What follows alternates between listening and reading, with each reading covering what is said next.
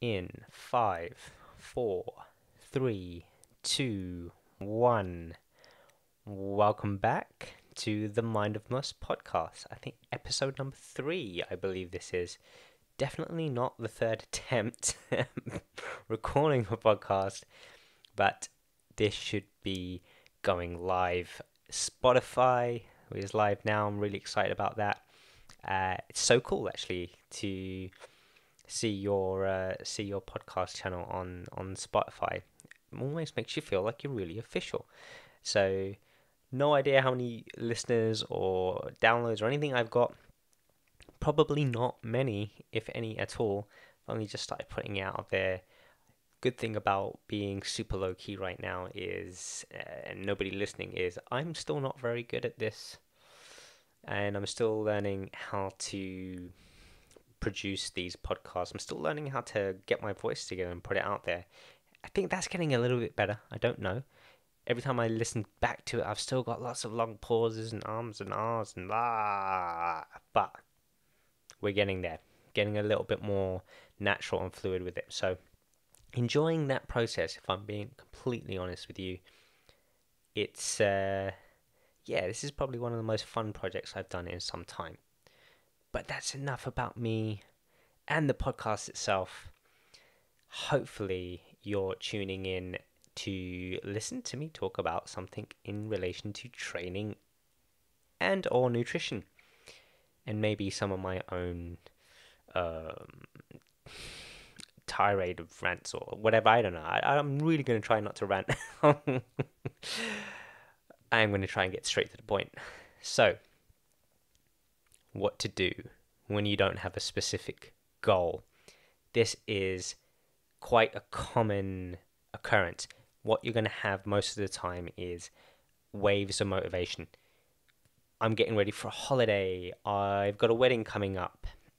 It's my New Year's resolution, which is quite prompt right now. I suppose we're approaching the new year, so we're going to have some of that New Year's resolution stuff going on. I don't know, given how 2020 has gone and how the world has been, whether we're going to be in that mindset or not. Maybe we're already there. Maybe this whole year gave us an opportunity to think about things and think about what we're going to do and how we're going to improve ourselves. I hope it did. I hope you are using this year as an opportunity to improve on yourself, and it's demonstrated that you can't just sit and relax.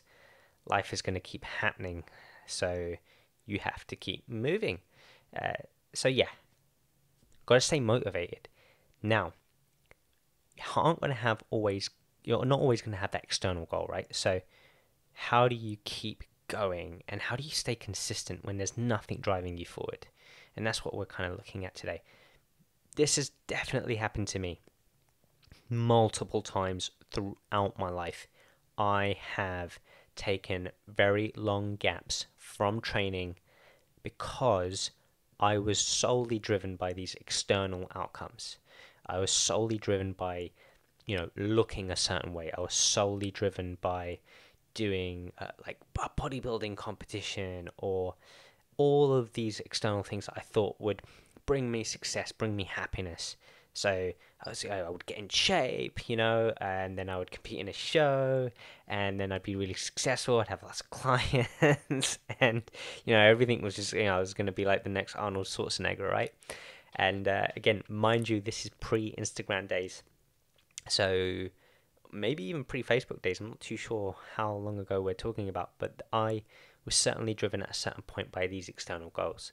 Now, because a lot of this was happening during a period of my life where I wasn't stable in a number of ways, mentally, emotionally, financially, physically in some cases. Definitely got injured, definitely found myself with, periods of time where I was like broke, no money, and definitely had a lot of emotional issues and previous traumas and all that other kind of stuff that had to go through. And most of you will have things that affected you and are maybe potentially affecting you right now. And that's life, right? So if we just encompass that into life and say, okay, life happens. And as a result, we lose our motivation to do many things, not just exercise.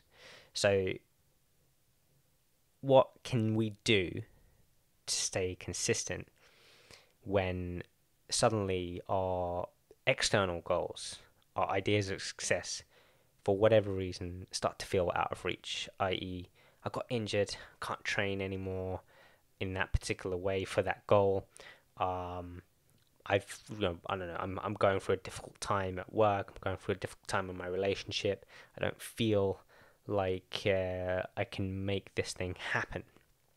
Well, that's something that I had to figure out, and I'm going to share that with you today.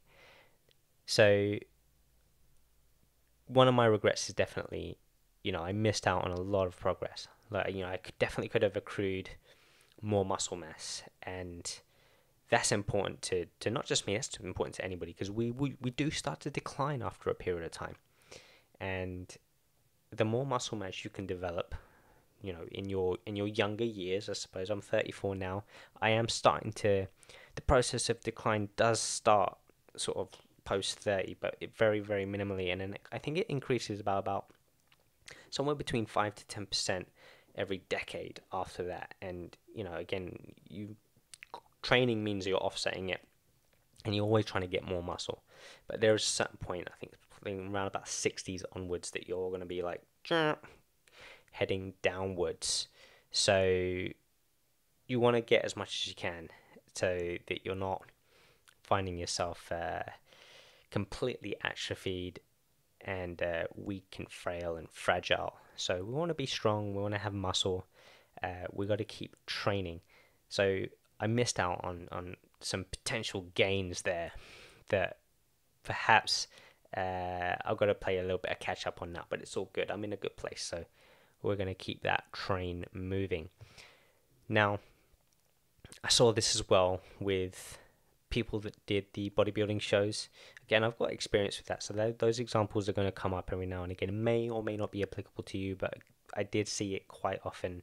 People had this like super hard focus on this goal of getting on stage. They go through their comp prep, accurately track and weigh everything, MyFitnessPal, and do all the training and the cardio and make sacrifices and not go out and not do this and not do that, and just focused, right? Then they get to the end, they do the competition. What happens? Maybe they win, maybe they don't, maybe they place, maybe they don't. And a lot of the time it was just afterwards, it was like, well, I'm not going to do another show for like, I don't know, maybe next year or whatever. I'm going to chill out now. And that motivation to go to the gym wasn't quite the same. And I certainly experienced it when I did a competition as well. You kind of just take a break, and it takes you a little while to get into the groove of things again, especially if you didn't, get a massively successful outcome from doing a competition. So you gotta kind of, find your feet again. Now, here's what I did. I realized that I actually like training. I'm into it. Obviously, I've decided to do it as a profession. But I also noticed many other people also do like exercising when they're doing it well, when they're getting to do things that they enjoy, when it's there, when it's not just solely for the purpose of getting from point A to point B. So some people really like going to the exercise classes. Some people like doing martial arts.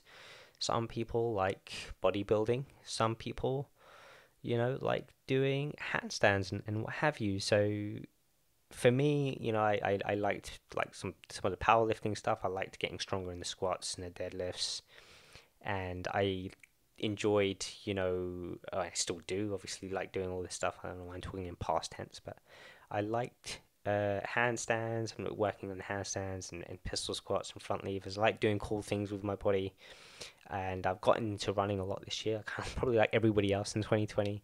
So distance, time, effort, and just getting into tracking it a little bit more. And again, they are ongoing processes. They don't have these finite incomes. I don't have a reason to squat a certain amount of weight. I don't have a reason to run a 5K in a certain amount of time. It's just a challenge for myself and something that gives me a positive reward and challenge and something to aim for. And I'm likely to just keep consistent and keep turning up and doing it. And that's what I found. And that's been my sort of formula for success, being consistent with exercise in the last few years. So that's my advice to you. It's find things that you like to do, in terms, even if it's just specific exercises, and just focus on doing those. It doesn't have to be like this full-on program. It doesn't have to be optimal. It doesn't have to have an outcome. It just has to be something that you're happy to turn up and do and engage with. And of course, if you do that consistently, you make progress. And we've all experienced some version of that in some aspect of our life. So yeah, it is about the journey and not about the destination. Sorry for going a bit cheesy there, but it is true. And I want to impress that more than anything else at this point. Cool. I'm going to call it there because I don't want to make these too long. Also, I post these on Instagram, and IGTV has a 15-minute sort of limit, I think. So I'm going to call it there. Thanks for listening. If you've got any sort of feedback about what I've talked about today, please feel free to comment in the Instagram post. You can find this on Spotify as well. I don't know if they have a comment feature there. If you just want to let me know how you think the podcast is going, please do. Again, still working this out. Got a new camera, trying this out. Hopefully the video is improved. If not, I'm going to keep working on that and the sound. This is still somewhat of a new experience. I'm still enjoying it, and still looking forward to doing more of these, making it better, getting a bit more of what I have to share with you guys out there. Definitely more to come from me. So thank you for listening so far. Please stay safe out there, and I hope 2020 hasn't been a complete disaster. I will get a few more episodes out before the end of the year. Cool. I'll see you guys soon. Bye bye.